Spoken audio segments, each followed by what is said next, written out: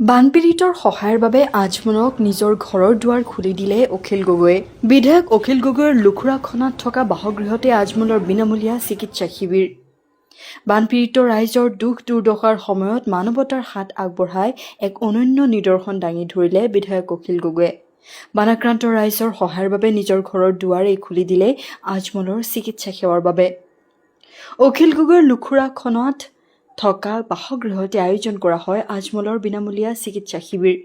বানৰ বিভীষিকাত জুৰুলা হোৱা অসহায় ৰাইজৰ কাষত থিয় হৈ চিকিৎসা সেৱাৰ জৰিয়তে সকাহ দিয়াৰ প্ৰয়াস কৰা হৈছে।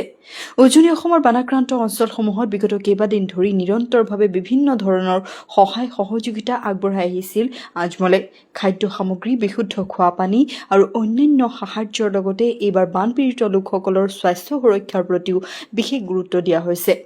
কেৱল এখন বা দুখন ঠাইতে নহয়, আজিও উজনি অসমৰ 6খনকৈ স্থানত একেলগে চলি আছে আজমলৰ বিনামূলীয়া চিকিৎসা সেৱা।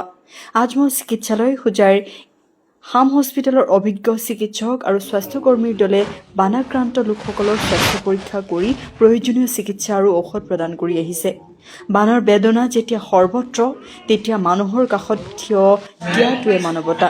আৰু সেই মানৱতাৰ বন্ধনেই আজি একাকাৰ কৰিছে অখিল গগৈৰ ঘৰ আৰু আজমলৰ সেৱাক।